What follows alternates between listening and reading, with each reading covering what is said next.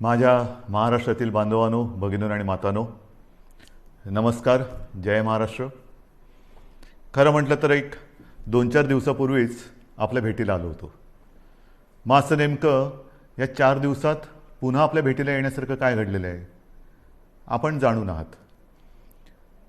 सुरुवात करायची म्हटली तर आज माननीय सर्वोच्च न्यायालयाने आपण मुंबईमध्ये आणि महाराष्ट्रामध्ये, विशेषतः मुंबईमध्ये कोरोना नियंत्रणासाठी जी लढाई लढतो आहोत त्या लढ्याचं कौतुक केलेलं आहे. ही एक विशेष बाब आहे जी मला आपल्याबरोबर नक्कीच शेअर करायला आवडेल. किंबहुना आपल्याला ह्याची माहिती मिळालेलीच आहे. पण हे एकटे आपल्या यंत्रणेचं यश नाही. जर आपला सहभाग आणि आपलं सहकार्य या लढ्यामध्ये मिळालं नाही तर आपण हा लढा यशस्वी तर सोडाच, लढूच शकणार नाही. म्हणून पहिल्या प्रथम मी आपल्या सर्वांना धन्यवाद देतोय की आपण अत्यंत संयमाने, जिद्दीने आणि शिस्तीने ह्या लढाईमध्ये शासनाला आणि महापालिकेला, मुंबई महापालिकेला मदत करत आहात. दुसरा विषय आहे, त्याच्यावरती मी बोलणारच आहे.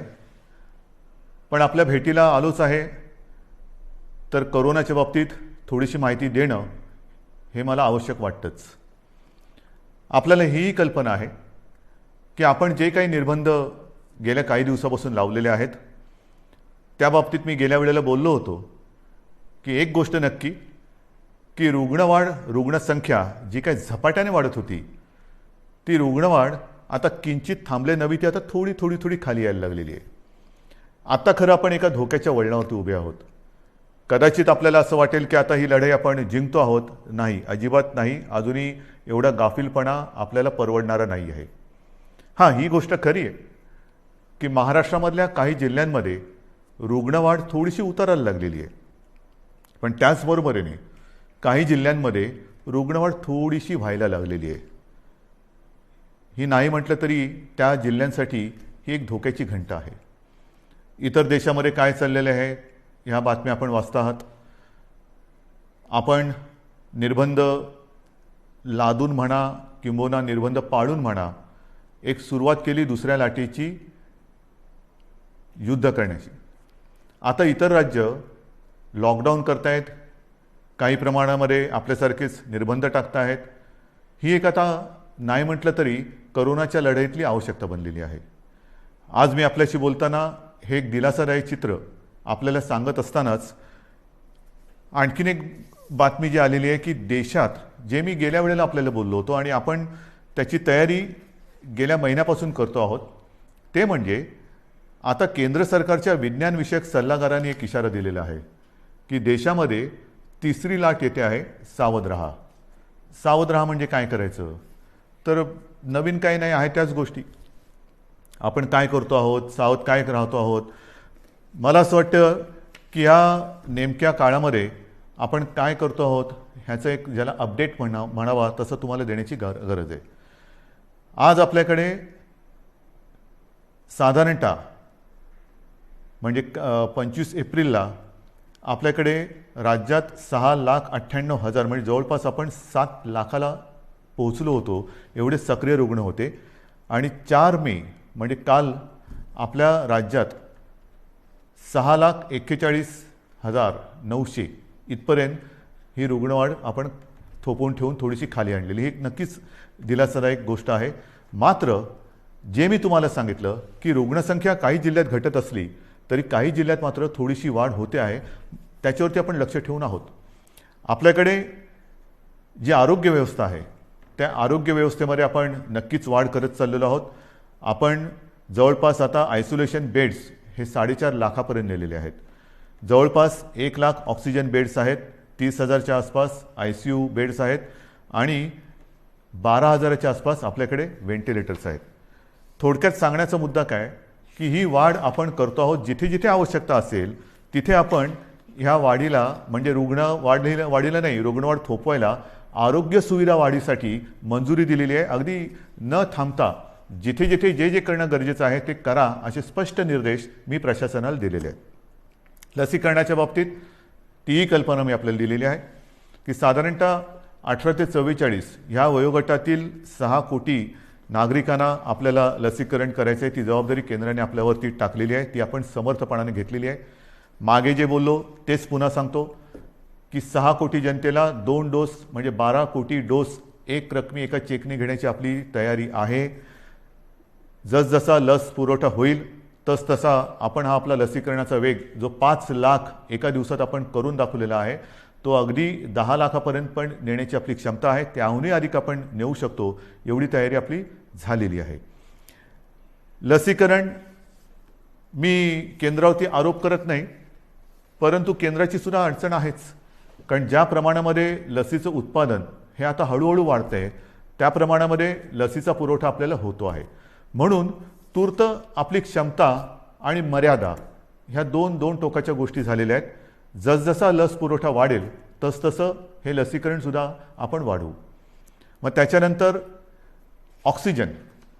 ऑक्सिजनच्या बाबतीत सुद्धा मी सांगितलं की साधारणतः रोज 1200 मेट्रिक टन ऑक्सिजन आपण दर दिवशी आपल्या राज्यामध्ये उत्पादित करतो. आज हा जो वापर आहे तो 1700 मेट्रिक टनच्या आसपास झालेला आहे. एवढा रोजचा आपल्याला ऑक्सिजन आज लागतोय. किंबहुना कालच आपण पाहिलं असाल की आपण केंद्राला आणखीन एक पत्र दिले आणि आम्हाला 200 मेट्रिक टन अधिक ऑक्सिजन पाहिजे ही मागणी आपण त्यांच्याकडे नोंदवलेली आहे. 1200 मेट्रिक टन हा आपल्या राज्यात उत्पादित होणारा ऑक्सिजन आणि त्याच्यावरचा 500 मेट्रिक टन ऑक्सिजन आहे तो केंद्र सरकार आपल्याला इथून तिथून राज्यातून बाहेरच्या राज्यातून नेण्यासाठी किंवा देण्यासाठी त्यांनी आपल्याला एक परवानगी दिलेली किंवा मंजुरी दिलेली आहे. हे झालं आजचं चित्र. पण तिसऱ्या लाटेसाठी तयार राहा हे जे काय आता आपल्या केंद्राचे देशाचे वैज्ञानिक सल्लागार बोलत आहेत, आपण याची तयारी सुरू केलेली आहे. मी गेल्या काही दिवसांमध्ये प्रशासनाला याही सूचना दिलेल्या आहेत की महाराष्ट्र जो आज 1200 मेट्रिक टन ऑक्सिजन रोजचा निर्मिती करतो आहे, ही निर्मिती आपल्याला किमान 3000 मेट्रिक टनापर्यंत न्यायची. किमान म्हणजे 1200च्या पुढे जवळपास 1800 मेट्रिक टन अधिक ऑक्सिजन आपल्याला येत्या काही दिवसात उत्पादन केलाच पाहिजे, हा आपला आग्रह आणि आपला कटाक्ष आहे. आणि सुरुवात झालेली आहे. मग वेगवेगळ्या प्रकारचे प्लांट्स आहेत, PSA असतील, आणखीन काही असतील. आता आपण 300 PSA मी मागे सांगितलं तुम्हाला प्लांट उभारणीसाठी मंजुरी दिलेली आहे. येत्या काही दिवसामध्ये त्याची सुद्धा सुरुवात होईल आणि काही ताबडतोबीने सुरू होतील. जसजसा प्लांट लावायला म्हणजे त्याच्या बांधकाम असेल आणखीन काही असेल त्याला जसा वेळ लागतो तेवढा वेळ लागेल आणि लवकरात लवकर ऑक्सिजन मिशन ऑक्सिजन हे त्याला मी नावच दिलेलं आहे, मिशन ऑक्सिजन. येत्या काही दिवसात महाराष्ट्र हा ऑक्सिजनच्या बाबतीत स्वयंपूर्ण झालाच पाहिजे, ही आपली अटकळ नव्हे, हे आपलं कर्तव्य आहे आणि त्या दृष्टीने आपण हालचाल हे करतो आहोत. आणखीन एक गोष्ट हे आता तुम्हाला थोडंसं सांगणं मला गरजेचं आहे. रेमडेसिवीरच्या बाबतीत मी तुम्हाला सांगितलेलं आहे, हळूवारपणाने केंद्र आपल्याला जो कोटा त्यांनी दिलेला आहे त्याच्यात हळूवार वाढ होते आहे. अजूनही पूर्ण जेवढी आवश्यकता आहे तिथपर्यंत आपण पोचलेलो नाही, पण हळूवारपणाने त्याच्यात थोडी प्रगती होते आहे. आणि रेमडेसिवीरचा पुरवठा हा आवश्यकतेनुसार आपण प्रत्येक जिल्ह्याला करतो आहोत.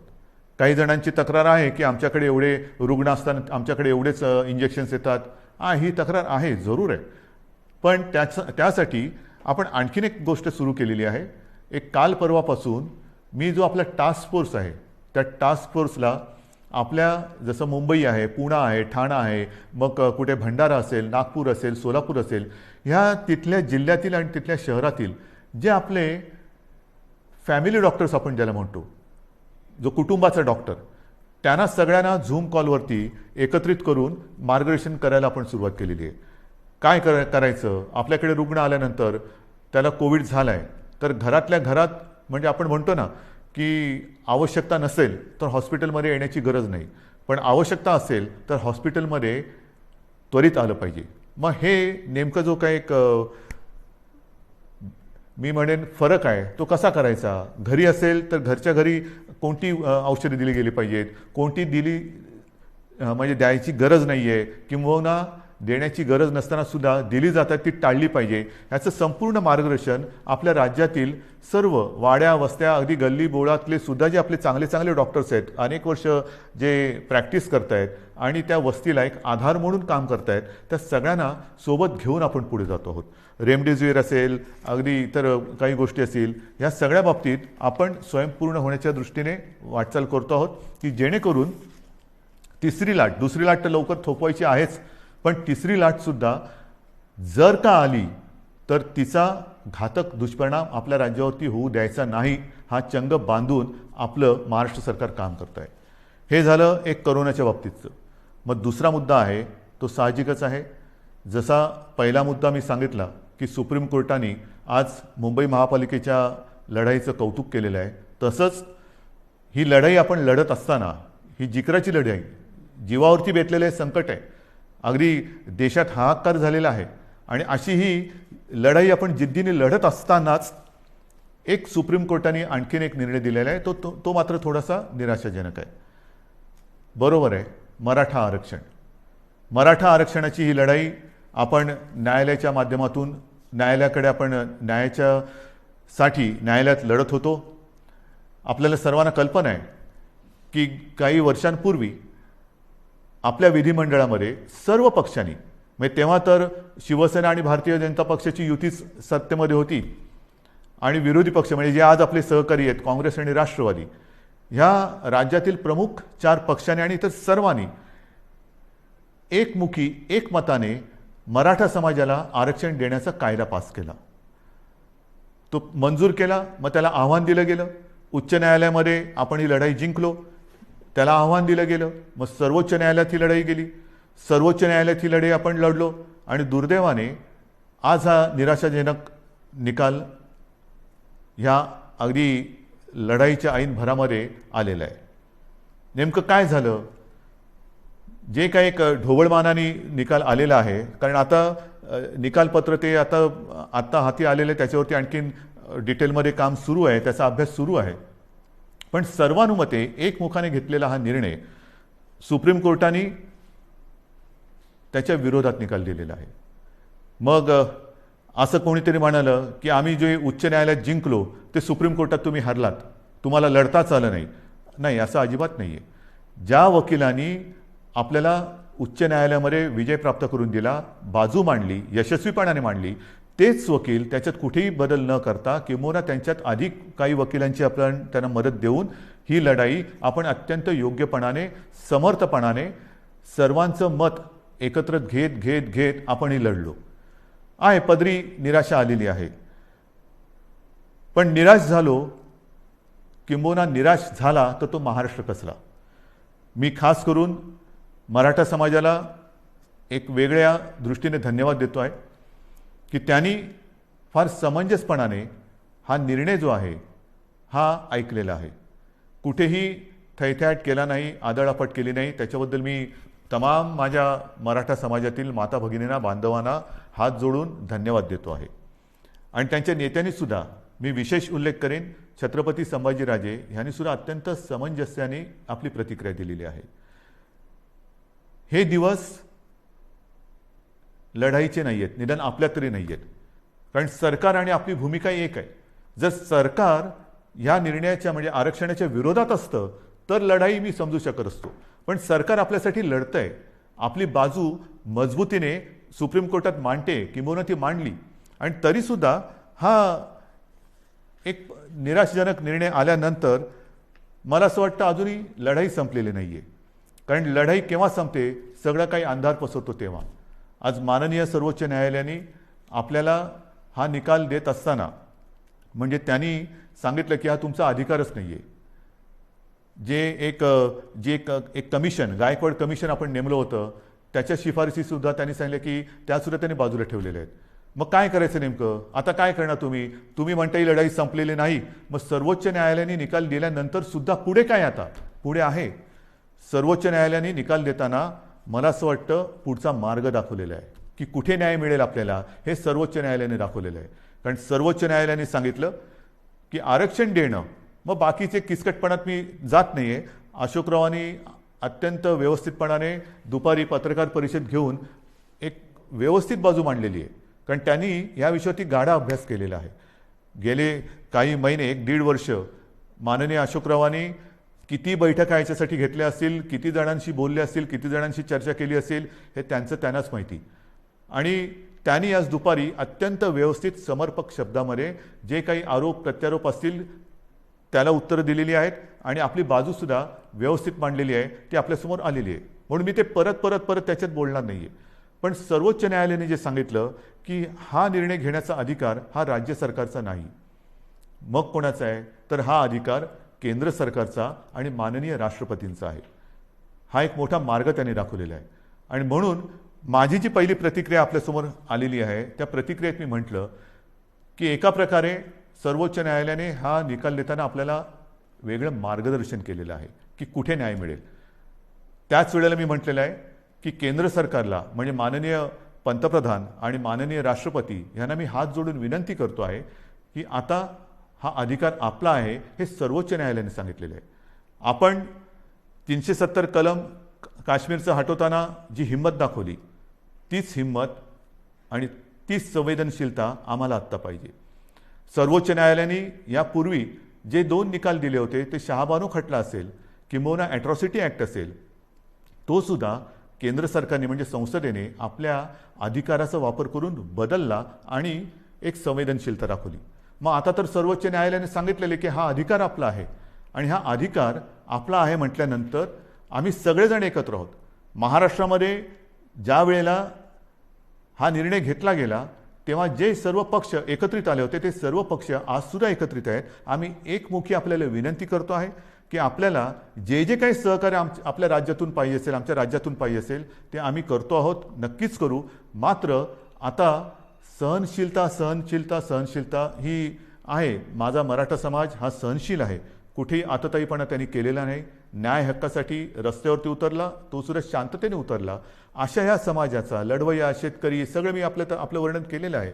ह्या समाजाला न्याय देण्यासाठी आता केंद्र सरकारने जास्त वेळ न लावता निर्णय घ्यावा. मी आपल्या माध्यमातून माननीय राष्ट्रपतींना आणि माननीय पंतप्रधानांना विनंती करतोच आहे, पण उद्या अधिकृत पत्रसुद्धा मी त्यांना देतो आहे. जर का आणखीन आम्हाला तिकडे येऊन भेटण्याची आवश्यकता असेल तर तीही आम्ही करायची तयारी आहे. आणि ही एक मागणी आम्ही करत असताना सर्वोच्च न्यायालयाच्या निकालाची प्रत ही आत्ता संध्याकाळी उशिरा प्राप्त झालेली आहे. त्याचासुद्धा अभ्यास आपल्या ज्येष्ठ विधिज्ञांकडून सुरू आहे. ज्येष्ठ वकिलांची एक मी म्हणेन फौज, कारण समिती फार छोटा शब्द झाला, फौज ही आपल्यासोबत आहे. त्यांच्यासोबत आजपर्यंतसुद्धा विचारविनिमय केलेला आहे. आता मात्र सर्वोच्च न्यायालयाची ही प्रत प्राप्त झाल्यानंतर त्याचा अभ्यास सुरू झालेला आहे.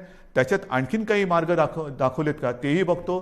त्याच्यानंतर नेमकं निकालामध्ये म्हटलेलं काय आहे, आपल्या मर्यादा काय आहेत, तेही आपण बघतो आहोत. मात्र पुन्हा एकदा मी सांगेन की जो मार्ग सर्वोच्च न्यायालयाने दाखवलेला आहे, ह्या निर्णयाच्या बाबतीत केंद्र सरकारच्या अधिकारावरती त्यांनी मी म्हणेन एका अर्थी शिक्कामोर्तबच केलेलं की हा तुमचा अधिकार आहे. आता मला केंद्र सरकारचा अधिकार पाहिजे, कारण आम्ही सर्व पक्ष एकत्र आहोत. मराठा समाज आणि आम्ही आणि माझ्या महाराष्ट्रातले सगळे समाज हे सगळे एकत्र आहोत. ही मागणी केवळ एका समाजाची नाही, तर न्याय हक्काची मागणी ही महाराष्ट्राची आहे. आणि तिचा अनादर केंद्र सरकार, माननीय पंतप्रधान आणि माननीय राष्ट्रपती करणार नाहीत, ही मला खात्री आहे, हा मला आत्मविश्वास आहे. तूर्त मी सर्वांना हेच सांगू इच्छितो की अत्यंत धोक्याच्या वळणावर कोरोनाच्या आपण उभे आहोत. जी शांतता, जो संयम तुम्ही आजपर्यंत दाखवलेला आहात, तोच संयम, तीच शांतता यापुढे आपल्याला गरजेची आहे. आता संयम आणि शांतता 2 लढाईसाठी पाहिजे. एक तर कोरोनाविरुद्धची लढाई, आणि दुसरी जी कदाचित जी काही समाज विघातक लोक किंवा शक्ती असतात की ते आग लावण्याचा प्रयत्न करतात, तर अशा लोकांच्या भडकवण्याला बळी पडू नका.